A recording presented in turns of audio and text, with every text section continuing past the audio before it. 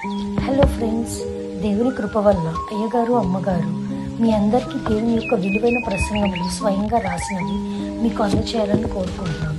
మా పుస్తకంలో సిలువ ధ్యాన ప్రసంగములు 83 ప్రసంగములు, క్రిస్మస్ ప్రసంగములు 50 ప్రసంగములు, బైబిల్లోని స్త్రీల ప్రసంగములు 72 ప్రసంగములు, మోషే సుఖోపవాస ప్రసంగములు 63 ప్రసంగములు.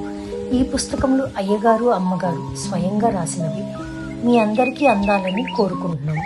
మా పుస్తకములు కావాల్సిన వారు కాంటాక్ట్ అవ్వాల్సిన numbers: Bapatla reverend doctor P Jaipal గారు, phone number 9866412025. Guntur doctor P Prasadarao గారు, ఫోన్ నెంబర్ 9413685994 అండ్ 9705789407. మా పుస్తకంలో మీరు తీసుకొని చదివి ఆదరణ పొంది దేవుని మహిమపరచాలని కోరుకుంటున్నాము. Don't forget to like the video. Thank you.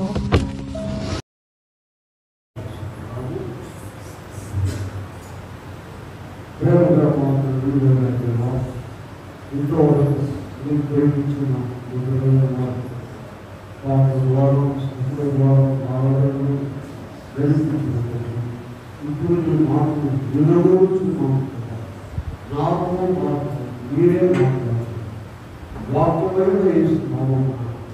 నిన్ను పెట్టుకుని ప్రార్థించున్నాము. ఆమేన్. కూర్చోండి. దేవుని యందు నిరీక్షణ నుంచి ఆయనను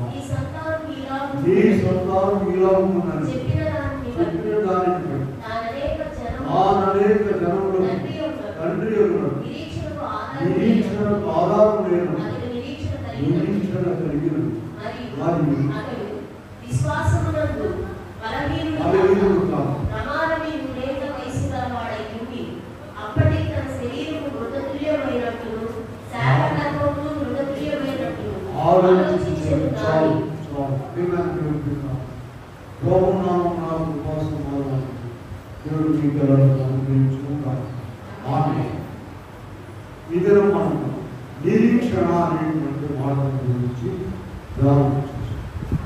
దేవుడి వాక్యము మనం వచ్చాము, విన్నాము, వెళ్ళాము అన్నట్టుగా కాకుండా యవన స్త్రీకి పిల్లలు పెద్దలందరూ కూడా తెలిసిన వారు వాక్యమును విని భద్రపరచుకోవాలి, మన జీవితాలను అన్వయించుకోవాలి. అందుకే రాస్తారు దాన్ని. యవనస్తులు ఉన్నారనుకోండి, ఆ తల్లిదండ్రులు ఏదో ప్రార్థన చేస్తున్నారులే, అన్ని చేస్తారులే వాళ్ళని కూర్చుంటే కుదరదండి. వారు వాక్యం చూడాలి, ఆ వాక్యాన్ని వారిని అన్వయించుకోవాలి, అలా ముందుకు పోవాలి. ఇక్కడ ఈ భాగంలో చూద్దాం. చూడండి, అబ్రహాం గారి విషయం చెప్తున్నాడు దేవుడు. నీ సంతానం ఇలా ఉందని చెప్పిన దానిని బట్టి ఇలా అబ్రహాము సర మన సంగతి మనకు చాలాసార్లు తెలుసు. భక్తి లేని వాళ్ళకి విసుగుదల వస్తుందండి. భక్తి ఉన్న వాళ్ళకి విసుగుదల రాదు. 50 ఏళ్ళ నుంచి చదువుతున్నాం మేము, ఇవాళ ఇది కొత్తగానే ఉంటుంది. చూడండి, వాళ్ళ వయసు బాగా పెరిగిపోతుంది. వాగ్దానాలేమో అదిగో నీ సంతానము ఇస్కురేణులా ఉంటుంది, ఆకాశ నక్షత్రాలా ఉంటుంది అని దేవుడు అబ్రహాముతో చెబుతున్నాడు. కానీ ఇక్కడ ఏం జరుగుతుంది? వయసు పెరిగిపోతుంది. ఎవరు కూడా మనిషి మాత్రమే ఈ దినాల్లో మనుషులైన వాళ్ళు ఎవరు కూడా నమ్మలేరు, విశ్వాసంలో కూడా భక్తిలో ఉంటారు. కానీ మనం అలా ఉండాలని చెప్పి వాక్యం రాస్తారు. జాగ్రత్త, ఈ వాక్యాన్ని భద్రపరచుకోండి. నిరీక్షణకు ఆధారం లేనప్పుడు అతడు నిరీక్షణ కలిగి నమ్మేను. వింటున్నారు జాగ్రత్తగా. వివాహం అయిందండి, వివాహం అయింది, మాకు పిల్లలు సంతానం కలగాలండి అని ప్రార్థన చేసుకుంటారు. సరే, మనోళ్ళు ప్రార్థన చేసుకోరు. వారికి నిరీక్షణ ఉన్నదేమని, మాకు పిల్లలు పుడతారని. వింటారా లేదా? చేసుకుంటారు. అలా కాదు. ఎన్నేళ్ళు అయిందండి? 10 ఏళ్ళు అయింది, 20 ఏళ్ళు అయింది వివాహం అయిపోయి. ఇప్పుడు నిరీక్షణ ఉంటుందా? ఉండాలి. ఇక్కడ అబ్రహాము విషయము, ఆయన సంతానం విషయమే చెప్పారు. కానీ మనం ఈ వాక్యం ద్వారా మనం ఎదుర్కొనే సమస్యలు, ఇబ్బందులు, ఇరుకులు, కష్టాలు, నష్టాలు, వ్యాధి బాధలు అన్నింటి విషయంలో నా ప్రభు నాకు సహాయం చేస్తాడు అనేటువంటి నిరీక్షణ ఉండాలి. ఎప్పుడుదాకా నీ నిరీక్షణ? చచ్చిపోయి సమాధి చేసిన తర్వాత ఎప్పుడైనా సరే, ఆయన ఎప్పుడైనా సరే ఏదైనా చేయగల దేవుడు. నీకు ఆ నమ్మిక ఉండాలి. ఇక్కడ చూడండి, 19వ వచనం చూద్దాం. మరియు అతడు విశ్వాసమునందు బలహీనుడు కాక రమారమి 100 ఏళ్ల వయసు గలవాడైంది. అప్పటికి తన శరీరము మృతతుల్యమైనట్టును ఆలోచించను. చూసారా? ఆయనకి ఎన్ని సంవత్సరాలమ్మా? ఆమెకి ఎన్ని సంవత్సరాలు? ఈ 90, 100 చెప్తే కానీ మనకి ఎక్కదు. 60 ఏళ్ళు పుట్టారు చాలా మంది చూసారు. 60 ఏళ్ళు, 50 ఏళ్ళు అండి, 50 ఏళ్ళ వరకు పుట్టారు. చూడండి, అప్పటి వరకు కూడా వారు ఒకవైపున వాగ్దానాలు. చూడండి, వాగ్దానాలు చూద్దాం మనం. ఆదికాండంలోకి వెళదాం. 12వ అధ్యాయంలో 3వ వచనంలో ఏం చెప్పాడంటే దేవుడు, భూమి యొక్క సమస్త వంశములు నీ యందు ఆశీర్వదించబడును. చూడండి, దేవుడే అబ్రహాము సంతానంలో పుట్టాడని, ఆ పుట్టిన దేవుడి ద్వారా, యేసుక్రీస్తు ప్రభు ద్వారా అందరూ ఆశీర్వదించబడతారని చెప్పారు. మళ్ళా 22:18 చూడండి. ఆదికాండము 22వ అధ్యాయంలో 18వ వచనం చూద్దాం. మరియు వినినందున జనములన్నీయు నా తోడని ప్రమాణం చేస్తున్నానని. ఎవరితోడంట? ఇంకా ఆయన కంటే పెద్దవాడు ఎవరు లేరు కనుక గొప్పవాడు నా తోడని ప్రమాణం. 18:18లోకి వెళ్ళండి. ఆదికాండము 18:18లో కూడా చూస్తాం.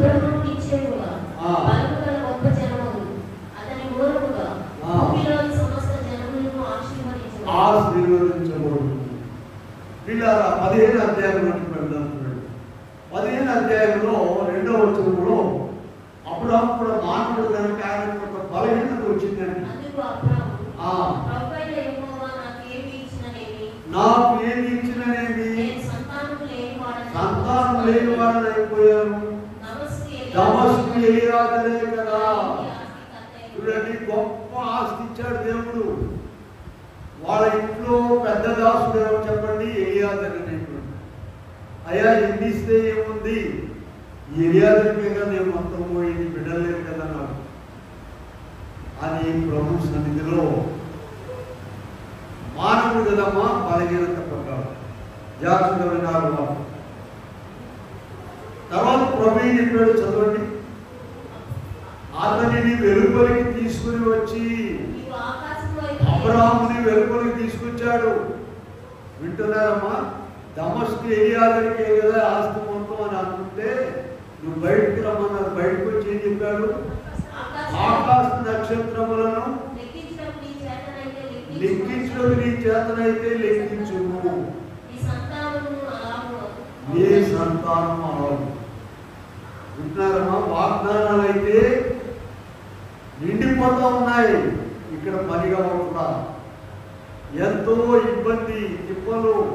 ప్రార్థన చేస్తే బైబిల్ తెరిస్తే నిన్ను ఆశీర్వదిస్తాను, నీకు గొప్ప మేలు చేస్తాను, నేను దేవుడను నీ దేవుడను అనే మాటలు ఎన్నో కనబడుతున్నాయి.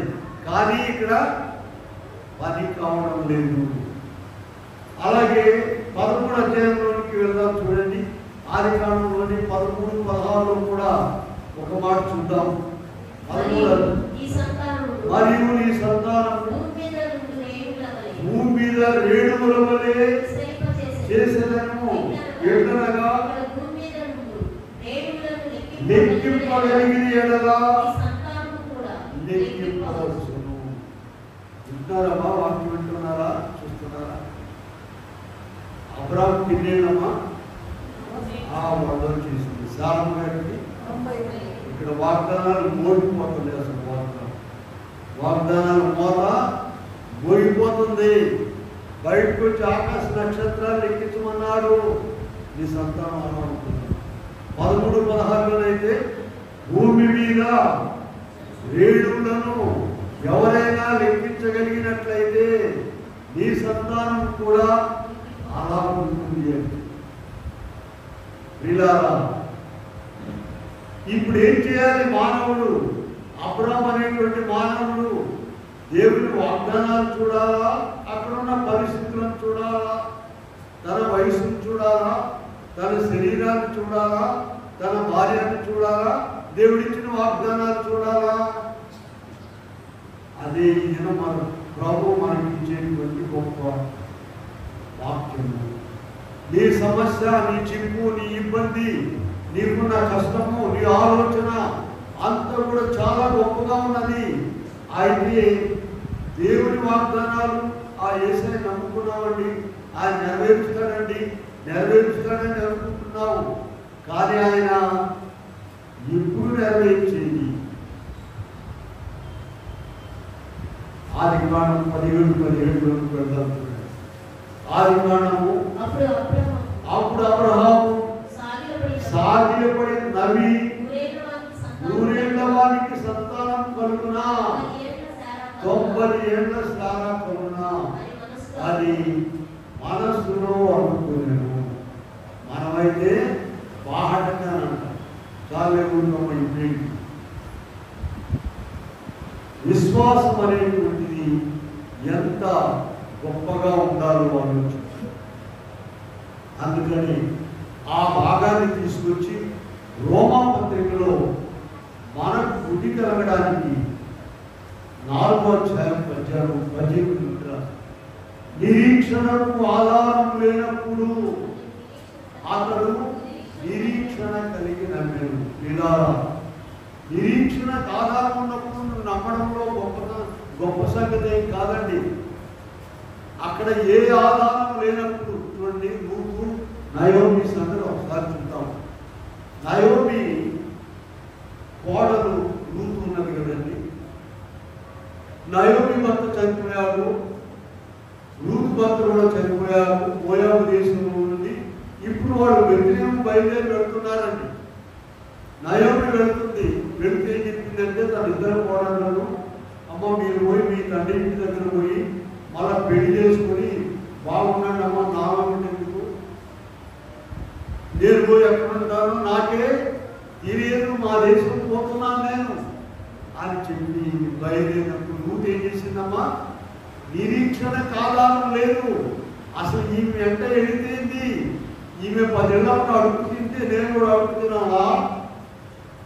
ఇవాళ పొలాలు, ఇళ్ళు, స్థలాలు, డబ్బులు ఉన్నటువంటి అత్తమామని ఎవరు చూడకుండా ముందు ఆయన రాసి మాకు ఇచ్చి తర్వాత మీరు సావడం లోపం. ఏ ఆధారం లేకుండా జీవం గల దేవుని మాత్రమే ఆలోచించి తిరుగుతూ కనుక గొప్ప జనానికి ఆమె తల్లిగా అయింది. ప్రియులారా, అలాగే ఇక్కడ మనం చూస్తే ఎబ్రీ 11 చూద్దాం. ఎబ్రీ 11లోనికి వెళ్దాము. 11వ అధ్యాయంలో 11వ వచనం చూద్దాం. 11 విశ్వాసమును బట్టి సారాయు వాగ్దానం చేసిన వాడు నమ్మదగిన వారిని ఎంచుకొనెను కనుక తాను వయసు గతించినదైనను గర్భం ధరించుటకు శక్తి పొందెను. ప్రియులారా, ఇటువంటి మాటలు చాలా జాగ్రత్తగా మనం మొదలు. మన యొక్క నిరాశ, దిగులు, విచారము, చింత తెల్లవారేసినే కదండి మనకు మిగిలింది. దానిలో ఉద్యోగం వస్తుందా రాదా, వస్తుందా రాదా, వివాహమైందా రాదా, సంతానం కలిగిందా రాదా, ఇటువంటి వాటన్నిటినీ కూడా చూడండి. వాగ్దానం చేసిన వాడు నమ్మదగిన వాడిని ఎంచుకొనిన కనుక తాను వయస్సు గతించినదైనను గర్భము ధరించుకున్న శక్తి. ఎలా శక్తి పొందిందమ్మా? దేవుని యొక్క వాగ్దానమును బట్టి. దేవుని యొక్క వాగ్దానాలు దయచేసి వినండి. నీకు దేవుని వాగ్దానాలు ఎలా ఉన్నాయి? సంపసంగా ఉన్నాయా, రుచిగా ఉన్నాయా, లేకపోతే ఉన్నారా లేదా? ఇది మనం పరీక్షించుకోవాలి. దేవుని వాగ్దానాలు ఎలా ఉన్నాయి? గొప్ప వాగ్దానాలు ఇచ్చారు. నిన్ను కాపాడువాడు గురుకడు నిద్రపోడు, నా నామమున మీరు నన్ను ఏది అడిగినా ఇస్తానని చెప్పారు. 14 యోహాను సువార్త 14. పెద్ద అడగమాకండి అమ్మ, చిన్నది అడగండి, నా దగ్గర డబ్బులు లేవులే అనేటువంటి దేవుడు కాదు ఆయన. ఏదైనా అడగమన్నాడు. రాజులు ఏం చేస్తారంటే అండి, నీకేం కావాలి అడుగమ్మా, నా రాజ్యంలో జీవిస్తారమ్మా. ఎందుకంటే ఆ మొత్తం ఇమ్మన్నాడానికి వీడి నెత్తి మీద కొట్టేసుకుని వెళ్ళిపోవాక. ఎస్తేరు గ్రంథంలో వెళ్ళడానికి చూపిస్తాను.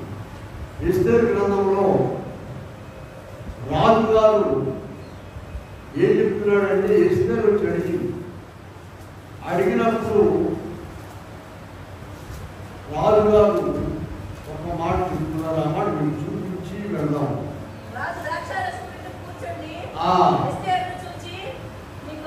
6వ అధ్యాయంలో 12వ వచనం 13వ వచనం ఏ వచనం అది?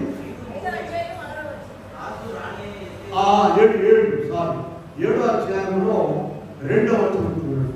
రాజు ఎస్తేరు రాణి, నీ విజ్ఞాపన ఏమిటి? అది నీకు అనుగ్రహింపబడును. నీ మనవి ఏమిటి? రాజ్యంలో సగం పట్టుదలను. చూసారా, ఇది రాజుల యొక్క పని. సగం అంటాడు. ఎందుకని? మొత్తం ఒకళ్ళ అడిగారు మొత్తం ఏమంటే ఇది వెళ్ళిపోవాలి కదా సింహాసనానికి. అందుకని ఒకళ్ళు అడిగేవాడు సగం అడిగినా కూడా మీతో సగం ఉంటుంది అని వాళ్ళ ఆశ. మన దేవుడు రాజులకు రాజు, ప్రభులకు ఎక్కడుందండి మాట? రాజులకు రాజు, ప్రభులకు మీరే కనిపించి చెబుతున్నారా? తిమోతి పత్రికలోకి వెళ్ళండి. మొదటి తిమోతి పత్రిక 6వ అధ్యాయంలోకి వెళ్ళండి. అక్కడ ఉన్నది సర్వాధిపతియు రాజులకు రాజు. 15వ వచనం చివరి అధ్యాయంలో మొదటి తిమోతి 6:15లో శ్రీమంతుడును అద్వితీయుడును సర్వాధిపతి, ఆ సర్వాధిపతి రాజులకు రాజును ప్రభువులకు ప్రభువునై ఉన్నాడు. ఇటువంటి రాజులకు రాజు, ప్రభువులకు ప్రభు ఏం చెప్తున్నాడండి? మీరు నా నామమున నన్ను ఏమి అడిగినా సరే, ఏది అడిగినా కూడా ఇస్తానన్నాడు. కనుక అటువంటి గొప్ప దేవునిని మనం కలిగి ఉన్నాము, విశ్వాసం కలిగి ఉన్నాము. విశ్వాసం కోరికూడదండి. 11 ఎబ్రీ 11:1 చూడండి. విశ్వాసం ఉన్నది నిరీక్షింపబడు వాటి యొక్క నిజ స్వరూపమును, అదృశ్యమైనవి ఉన్నవి అనుటకు రుజువునై ఉన్నది. ఏమి లేదు ఇక్కడ అసలు. అదృశ్యమైనవి ప్రభు నాకు ఇస్తాడు. ఎంత గొప్ప విశ్వాసం! ప్రభు నాకు తప్పకుండా ఇస్తాడు అనేటువంటి విశ్వాసం. రోమా పత్రికలో మనం 4వ అధ్యాయంలో మనం గతంలో చూద్దాం. మళ్ళీ ఒకసారి 4:20 నుండి చూద్దాం. రోమా పత్రిక దేవుని వాగ్దానం గురించి సందేహింపక వాగ్దానం చేసిన దానిని నెరవేర్చుటకు సమర్థుడని రూఢిగా విశ్వసించి బలం పొందెను. అందుచేత అతనికి ఎంత విశ్వాసమో చూడండి, ఎంత బలమో చూడండి. దేవుని వాగ్దానములు, బైబిల్లో ఉన్న వాగ్దానములు నీకు చూసినప్పుడు నీకు బలం వస్తుందా, శక్తి వస్తుందా? ఇదిగో ప్రభు ఈ మాట చెప్పాడు, తప్పకుండా నెరవేరుస్తాడు అనేటువంటి విశ్వాసంతో నీవు ఎదుర్కొన్నట్లయితే అన్ని కూడా దేవుడు నీకు ఇచ్చేస్తాడు. ప్రియులారా, 1 తెస్సలోనికే రాసిన పత్రికలోకి వెళ్దాం. 4వ అధ్యాయంలో 13వ వచనంలో మనం చూసినట్లయితే, సహోదరులారా, నిరీక్షణ లేని ఇతరుల వలె తెలియకుండా నాకు ఇష్టం లేదు. నిరీక్షణ లేని వారు చనిపోయితే ఇక నిరీక్షణ లేని వాళ్ళకి ఏమైపోతారో ఏమో, పంచిపోతారో కలిసి గాలిలో దురుగులో అగ్నిలో కలిసిపోతారో అట్లా కాదండి. వాళ్ళకు నిరీక్షణ లేదు, మనకు నిరీక్షణ ఉన్నది. అంతేకాదండి, దానికంటే ఎక్కువైనటువంటి సమస్యలు ఉన్నాయి. మరణం కంటే ఎక్కువైన సమస్యలు ఉన్నాయండి. చూడండి, మరణం కంటే ఎక్కువ దుఃఖమును కలిగించేది ఉన్నది. మరణం కంటే దుఃఖం కలిగించేది ఏదైనా ఉంటుందా అసలు? చెప్పండి. మరణం కంటే ఎక్కువ దుఃఖము కలిగించేది ఒకటి ఉన్నది. మీకు రిఫరెన్స్ చూపిస్తాను చూడండి. ప్రసంగిలోకి వెళ్ళండి. 7:26 7:26లో మరణము కంటే ఎక్కువ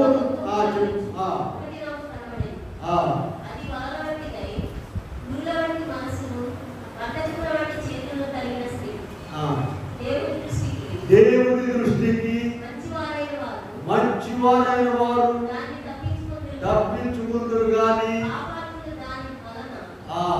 పాపాత్ములు దాని వలన పట్టబడుదురు. కనుక మరణం కంటే ఎక్కువ దుఃఖం కలిగించేవి చాలా ఉన్నాయండి. వాటన్నిటి విషయంలో కూడా ఉంటున్నారా జాగ్రత్తగా?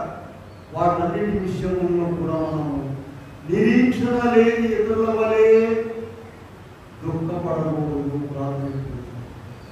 ఎవరొస్తున్నారు చూడండి, వారు ఉద్యోగం కావాలని, పై చదువు చదవాలని, మంచి వివాహం చేసుకోవాలని, మంచి బిడ్డ రావాలని ఉంటుంది కదమ్మా. మరి ఎంతసేపు ప్రార్థన చేస్తున్నాడు వాడు? మోకాళ్ళ మీద ఎంతసేపు ఉంటున్నాడు? అమ్మ చేస్తుందా ప్రార్థన, నాన్న చేస్తున్నాడా ప్రార్థన చేస్తుంటా? నీకు ఎన్ని ఆశలు ఉన్నాయో గంట సేపు మోకాళ్ళ మీద ప్రార్థించాలి. ఆ లెక్క అయితేనే ఊరికి అమ్మ ప్రార్థన చేస్తే వస్తాయి. అమ్మ ప్రార్థన చేస్తే అమ్మకే. ప్రియులారా, నీ విశ్వాసం పెరగాలి, నీ ప్రార్థన పెరగాలి, నీ పట్టుదల పెరగాలి. ఇక్కడ 1 తెస్సలోనికే రాసిన పత్రిక 4:13లో మరణాన్ని గురించి రాశారు. అంతేగాని అంతకంటే ఎక్కువైన సమస్యలు ఉన్నాయి మానవునికి ఈనాడు. వాటన్నిటిలో నిరీక్షణ లేని ఇతరుల వలె దుఃఖపడకూడదు. నిరీక్షణ లేని ఇతరుల వల్లే దుఃఖపడకూడదు. 4:14 చూడండి. మొదటి తెస్సలోనికీ రాసిన పత్రికలో ఉన్నాను కదా, 4వ అధ్యాయం 14వ వచనం చూద్దాం. యేసు మృతి పొంది తిరిగి లేచెనని నీవు నమ్మిన యెడల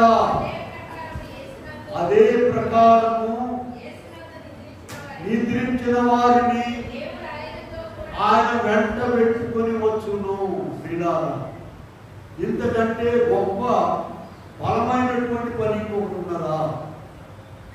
చనిపోయి సమాధిలో ఉన్న వారిని వెంట పెట్టుకొని తీసుకొచ్చేటువంటి దేవుడు బ్రతుకున్న నీకు పని చేయలేదా? కనుక నిరీక్షణ కలిగి ఉండాలి. ఇందాక ఒక బలమైన మాట చెప్పుకున్నాం. అబ్రహాం విషయంలో నిరీక్షణకు ఆధారం లేనప్పుడు అతడు నిరీక్షణ కలిగి నమ్మెను. నిరీక్షణకు ఆధారం లేనప్పుడు అతడు ఏం చేశాడటమ్మా? నిరీక్షణ కలిగి నమ్మాడు. కనుక మనం కూడా ఏ మాత్రం ఆధారం లేనప్పుడు మన సమస్యలు కానీ చిక్కులు కానీ ఏమైనా నువ్వు ప్రార్థన చేసుకుని నా ప్రభు నాకు నెరవేరుస్తాడు అనేటువంటి పట్టుదల కలిగి ప్రార్థన చేసినట్లయితే గొప్ప కార్యాలు చేస్తారండి. కొన్ని వాగ్దానాలు మీకు చూపిస్తాను చూడండి. ఆదికాండము 18వ అధ్యాయంలో 14వ వచనంలోకి వెళ్దాం. ఆదికాండము 18:14 చూడండి.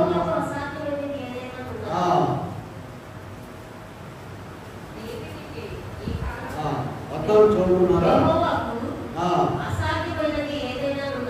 యెహోవాకు అసాధ్యమైనది ఎందుకు మాట మాట్లాడారంటే చూడండి, అంతా అయిపోయిన తర్వాత అబ్రాహాం గారికి ఏమో 100, శారమ్మ గారికి ఏమో 90 అయిన తర్వాత ఇప్పుడు బయలుదేరాడండి దేవుడు వచ్చి 10వ వచనంలో చూడండి.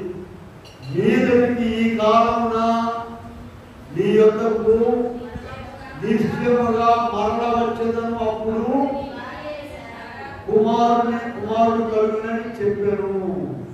శారా గుడారపు ద్వారము వింటుండేను. అబ్రాహాము శారాయు బహుకాలము గడిచి వృద్ధులయుండి స్త్రీ గర్భము నిలిచిపోయిన కనుక నేను నాకు శుభము కలుగునా వృద్ధుడున్నాడు కదా నవ్వుకొనెను. వీడారా, అప్పుడు దేవుడు చెప్తున్నాడు ఏమని? యెహోవాకు. వీడారా, ఈ మాటను ఇక్కడ వదిలేసి నిలబడండి. ఆ దేవుడు అబ్రాహాము విషయంలో మనకెందుకు అనుకోవాలి. వీడారా, నేను ఏ స్థితిలో ఉన్నా సరే దేవుడు నిన్ను ఎక్కడికైనా తీసుకెళ్ళగల దేవుడు. ఎటువంటి సమస్యనైనా సరే పరిష్కరించగల దేవుడు. నీవు చేయవలసిందా ఏంటంటే మోకాళ్ళ మీద ప్రార్థన చేయాలి. ప్రార్థన విషయం ఎప్పుడు కూడా రెండు రిఫరెన్స్లు చెప్పుకుంటా. మీకు గుర్తుందా? ఒకటి లూకా సువార్త 18వ అధ్యాయంలో ప్రభువు చెప్పినటువంటి ఉపమానము. 18 ప్రారంభం నుండి గోరులాడినటువంటి స్త్రీల గురించి చెప్పారు. రెండవది లూకా సువార్తలోనే 11వ అధ్యాయంలో ఉన్నది. మాటి మాటికి సిగ్గుమాలి మాటి మాటి నువ్వు అవన్నీ చేయకుండా నాకు అవి కావాలి ఇవి కావాలనుకుంటే రానే రావు. నీ సమస్య తీవ్రతగా ఉంది. పెద్దవాడైనా సరే చిన్నవాడైనా అవ్వడం చాలా కష్టంగా ఉన్నది, చాలా ఇబ్బందిగా ఉన్నది. బాగా తిని పడుకో, నువ్వు సమస్య నెరవేరుదమ్మా. బాగా తిని పడుకో. వాళ్ళే చెప్తారు, అమ్మ నాన్న మాట్లాడుకుంటారు. ఎక్కడ అబ్బాయి సంగతి అమ్మాయి సంగతి వాళ్ళిద్దరే కొట్టుకుంటా ఉంటారు. నువ్వు మాత్రం తిని హాయిగా పడుకుంటూ వాళ్ళే తీసుకుంటారు. చాలా పొరపాటు పడుతున్నారు. మోకాళ్ళ మీద నుండి ప్రార్థన చేయాలి. పిల్లారా, ప్రార్థన చేయాలి. అయ్యా వాళ్ళకి ఏమన్నావు? ఆ విజయవాడ మా ఇంటి పక్కన ఒక ఉండేది. అయ్యా మా నాన్నగారు బాగా వాళ్ళకి ఏమని చెప్పి అయ్యగారు చెప్పొచ్చింది, అందరూ అయ్యగారు చెప్పొచ్చింది. ఆ అవసరం ప్రార్థన చేసి పడుకునే ఉంటాం. మొత్తం అందరికి ఆడ చెప్పి వచ్చింది. డబ్బులు కూడా ఇచ్చి, వీళ్ళారా నీకెంత సమస్య ఉన్నదో తెల్లవారుజామున లేచి మోకాళ్ళ మీద ఉండు, ప్రార్థన చేయి. ఇక మాకు మోకాడు ఎంతసేపు అండి? గంట సేపు. చావడానికి బతకడానికి మీరు చెప్పింది, బతకడానికి అలా నువ్వు ప్రార్థన చేస్తే 1 గంట లేచి మేము ప్రార్థన చేస్తున్నాం, 2 గంటలు లేచి పడదాం, లేచామంటే గంట ప్రార్థన చేస్తాం. ప్రభువే సమయం ఇస్తాం. వీళ్ళారా నీవు కష్టపడకుండా, ప్రార్థన చేయకుండా నాకు అది కావాలి ఇది కావాలనేది వేస్తూ అవసరం రాదు. ఇక్కడ మనం చూసినట్లయితే ప్రియమైన వారు 26:32-27 పెడతాం. 26:32-27 నేను యెహోవాను సర్వ శరీరులకు దేవుడను, నాకు అసాధ్యమైనది. వినాలా ఈ మాటలను చాలా జాగ్రత్తగా భద్రపరుచుకోండి, చాలా జాగ్రత్తగా భద్రపరుచుకోండి. 27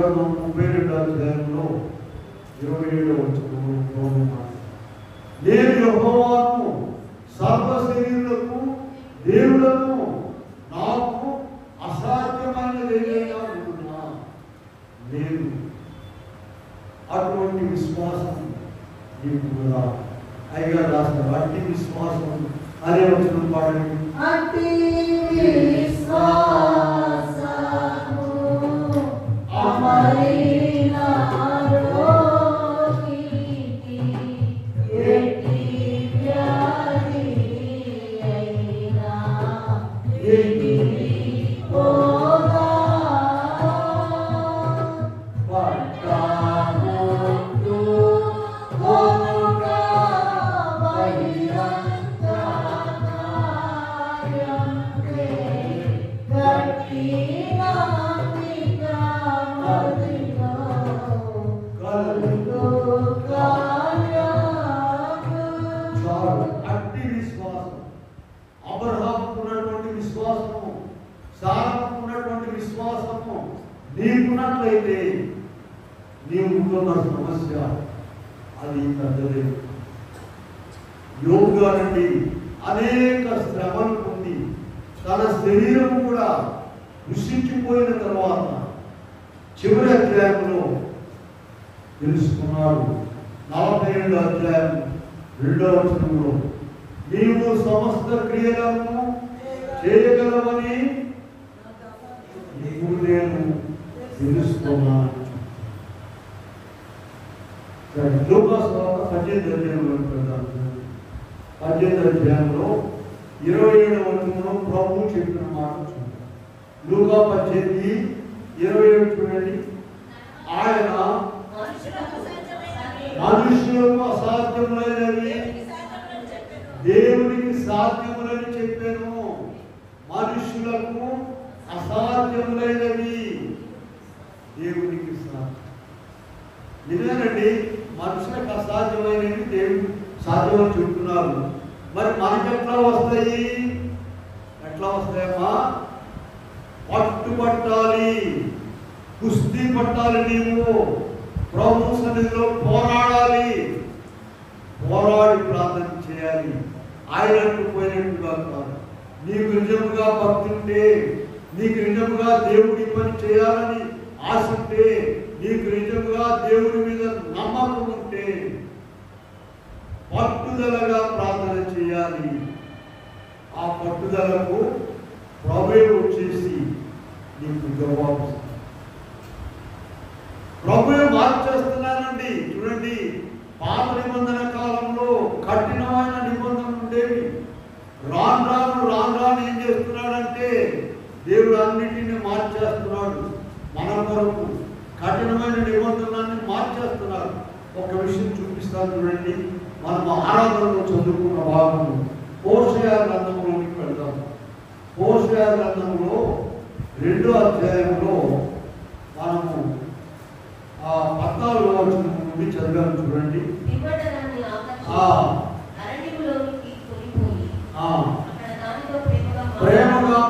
మాట్లాడుతున్నాను దానిని తోడుకొని వచ్చి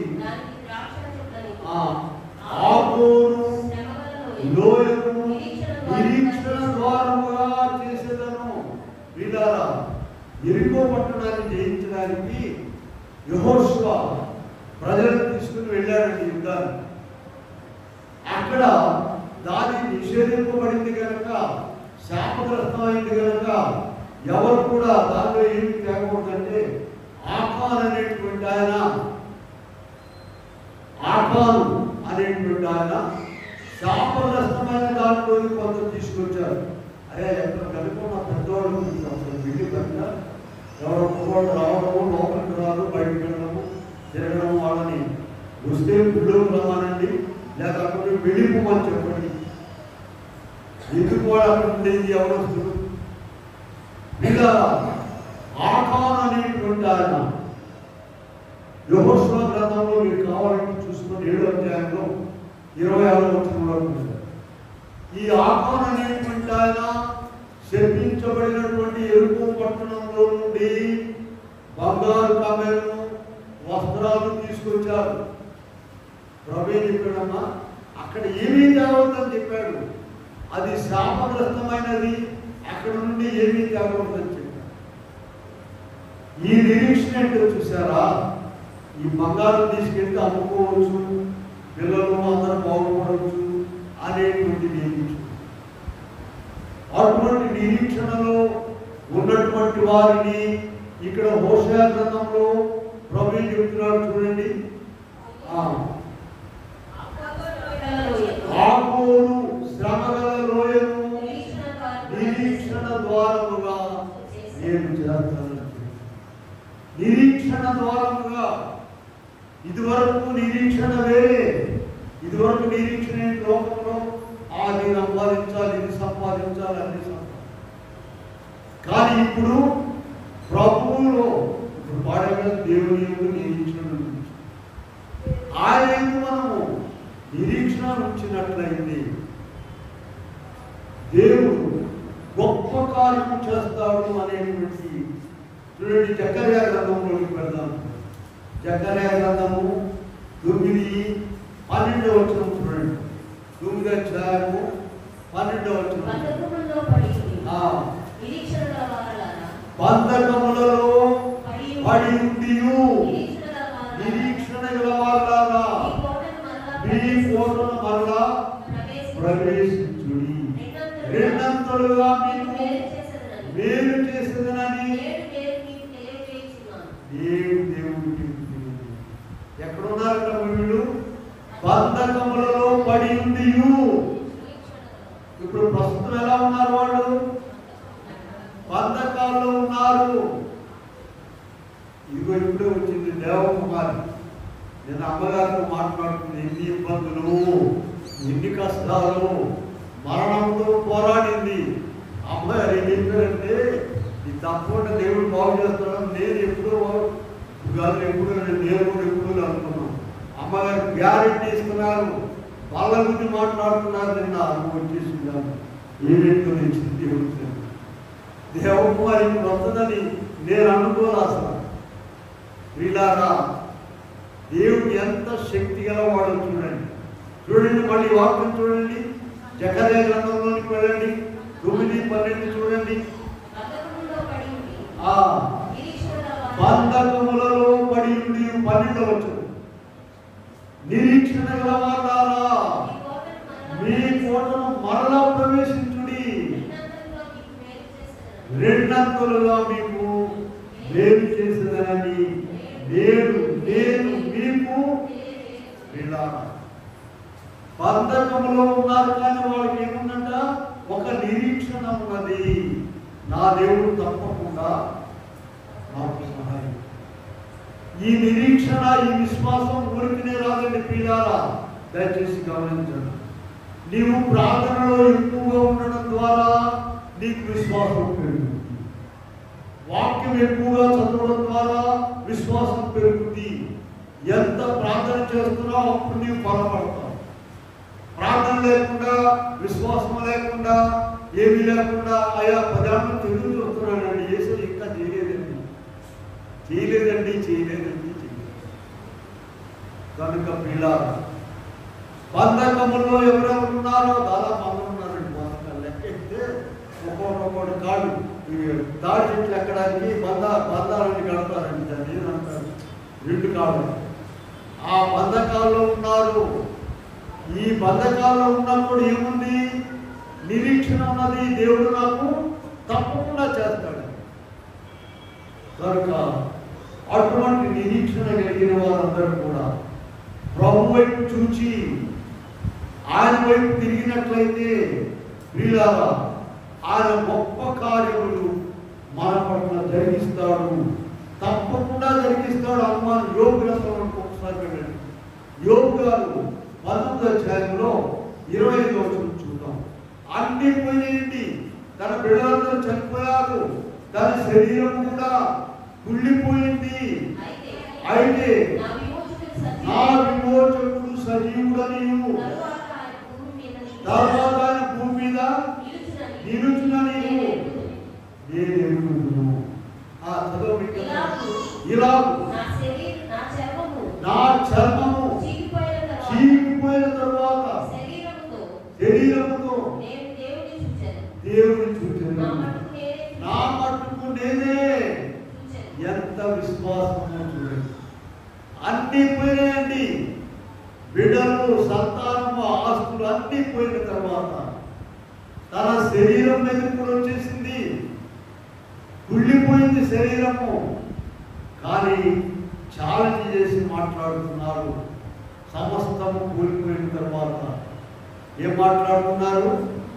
ఇదిగో నేను తప్పకుండా ఆయనను చూస్తాను. నా మట్టుకు నేనే, ఎవరో కాదు. చూడండి, అటువంటి విశ్వాసము నీకు నాకు రావాలని చెప్పి ప్రభు మనతో మాట్లాడుతున్నాడు. మనకి గొప్ప సంగతులు తెలియజేస్తూ ఉన్నారు. 19వ అధ్యాయం చూస్తున్నారు కదా, 25. నా విమోచకుడు సజీవుడనియు. రెండో రాకడ విషయం కాదండి ఇది. 1000 ఏళ్ల పాలనలో ప్రభు భూమి ఉంటాడని చెప్తున్నారు. అసలు ఇట్లాంటి విశ్వాసం ఉంటుందా ఎవరికైనా? అటువంటి విశ్వాసం నీలో ఉండాలని ఒకటేనండి.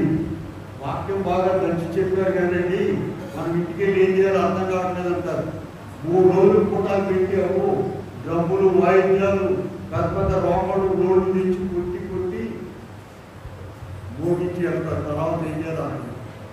ఒక ఆయన 3 రోజులు భలే ఇంటికి పెట్టారని మామూలుగా భలే జరిగినాయండి అంటున్నాడు.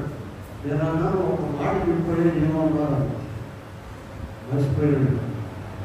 కాసేపులో మాట ఒక ఆయన బాధ్యత అన్నానంట ప్రార్థన చేసుకున్నాడట. ప్రభా నాకు ఆత్మ నిలిచిపోతాను అని అనుకున్నాను. ఆ ఒక్క మాట పట్టుకొచ్చాడు. 3 రోజుల్లో మీటింగ్ లేవచ్చిందమ్మా. నాకు ఆత్రము నిజం బాగా తెలుసు. వాక్యం తెలియదు, వివరించి తెలియదు. దేవుడు మాత్రం అన్ని ఆకాశం కురిపించి మన ఇంటికి తేవాలి. నీ గుర్తుండేదల్లా ఒకటే మాట. ఏం మాటమ్మా? అన్నం తింటాంట ఒక ఆయన సేవకుడు వాక్యంలో చెప్పుకుంటాడు సందర్భం. ఆయన అన్నం తింటా ప్రార్థన చేసినాడు. ఏం ప్రార్థనమ్మా? దేవా నీ స్తోత్రమైన నా పాత్రమయ్యా కూర్చున్నాను. అంత బాగున్నా మీరు ఎటు మాట 66 పుస్తకాలు అంటే బాగుంటాయి. నరకానికి వెళ్ళే వాళ్ళకి, పనులు కాని వాళ్ళకి, బంధు లేని వాళ్ళకి, వాక్యం అంటే ఇష్టం లేని వాళ్ళకి అవి బాగుంది. మాటలు కాదు. తేరగా ఎవరు నీవు కష్టపడి పనిచేయాలి. చూడండి యువతలో ఇక్కడ ఆ యోగ గ్రంథంలో ఏం మాట్లాడుతున్నాడు ఈయన? ఈలా నా చర్మము చీకిపోయిన తర్వాత 26వ వచనం, చీకిపోయిన తర్వాత శరీరముతో నేను దేవుని చూశాను. నా మట్టుకు నేనే, మరి ఎవరు కాదు, నేనే కబులు ఎప్పుడండి చూసింది. ఇలా అటువంటి పట్టుదల, నిరీక్షణ, అటువంటి గొప్ప నీకున్నట్లయితే దేవుడు గొప్ప కార్యాలు చేస్తారు. రాదండి అంత నిరీక్షణ, అంత విశ్వాసం మనుషులకు రాదు రాదు రాదు. ఎట్లా పోతుందో చెప్పాను. ప్రార్థన ద్వారా చాలా సమస్యలు ఉన్నాయి, నీకు చాలా ఇబ్బందులు ఉన్నాయి కుటుంబంలో. నీవు తెల్లవారుజామున లేచి ప్రార్థన. పెద్ద పెద్దవాళ్ళు ముసలివాళ్ళు వచ్చి మాట్లాడతారండి నాకు, అమ్మా ఇంకో కాళ్ళకు ఏళ్ళకు అయ్యా కడుగులకు నేను చెప్పాను, తెల్లవారు నిద్రపోవాక ప్రార్థన చేయి. మోకాళ్ళ మీద ఉండే ఓడకాలకు నిద్రపోవాక నిద్ర పట్టట్లేదు అని చెప్తుంటారు. ప్రార్థన చేయి. 24 గంటలు ప్రార్థనలో ఉండాలి. అప్పుడు దేవుడు నీ ప్రార్థన ఆలకించి నీకు జవాబిస్తాడు. అలాగ ప్రార్థన చేసే విశ్వాసులు నిలబడున్నారండి. కనుక మనం కూడా అలాగూ గొప్ప నిర్ణయంలో మనం ప్రార్థన చేసుకోవడం. తీతు పత్రికలోకి వెళదాం. చూడండి, తీతు పత్రికలోకి వెళదాం. 2వ అధ్యాయంలో 12-13 వచనాలు చూద్దాం. 2వ అధ్యాయంలో 12-13 చూడండి.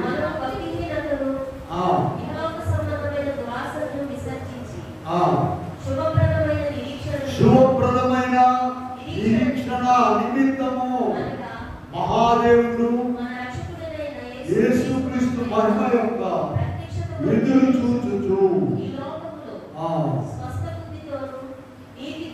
అలా ఉన్నట్లయితే వీళ్ళారా మనము అన్నిటినీ సాధించగలము. అన్నిటినీ మనము సాధించగలము. ప్రభు సన్నిధిలో మనం గొప్ప కార్యములు చేయగలము. ఒక వాక్యం చూపించి ముగించుకున్నాం. మొదటి పేతురు పత్రిక 1:13 చూసుకొని మనము వాక్యములు ముగించుకున్నాం. మొదటి పేతురు పత్రిక. కాబట్టి మీ మనస్సును నడుము కట్టుకొని నిబ్బరమైన బుద్ధి కలవారై యేసుక్రీస్తు ప్రత్యక్షమైనప్పుడు కృప విషయమై సంపూర్ణ నిరీక్షణ కలిగి ఉండుడి. వీళ్ళారా మధ్యాకాశంలో ప్రభు రానే ఉన్నాడు. నేను చనిపోయినా సరే బ్రతికినా సరే ఎగిరి వెళ్తాను ప్రభు దగ్గరకు అనేటువంటి నిరీక్షణ కావాలి. అలా ప్రభు మనల్ని నడిపిస్తున్నాడు. అయితే మనము చేయవలసిందల్లా ఏంటంటే చెప్పండి, గొప్ప కార్యాలు చేయాలి, గొప్పగా ప్రార్థన చేసుకోవాలి, గొప్పగా ప్రభువుని అడగాలి, 24 గంటలు ప్రార్థనలో ఉండాలి. అలా ఎవరైతే ఉంటారో మనం వాక్యం ఉంటుంది కదా, అడ్డువాటి కంటేను ఊహించువాటి కంటేను అత్యధికముగా చేయగలుగుతున్న దేవుడు.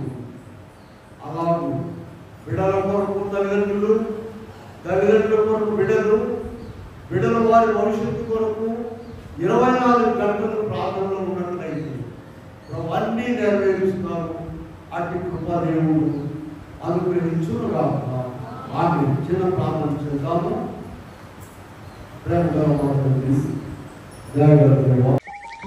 హాయ్ ఫ్రెండ్స్, అందరికీ మర్నాత. మా వీడియోస్ మీకు ఎంతో ఆదరణ కలిగిస్తున్నాయని నేను నమ్ముచున్నాను. ఈ వీడియోని లైక్ చేయండి, మీ ప్రార్థనా అంశాలని మీ పేరుతో కామెంట్ చేయండి, షేర్ చేయండి, ముఖ్యంగా సబ్స్క్రైబ్ చేసుకోండి. Thanks for watching. అందరికీ మర్నాత.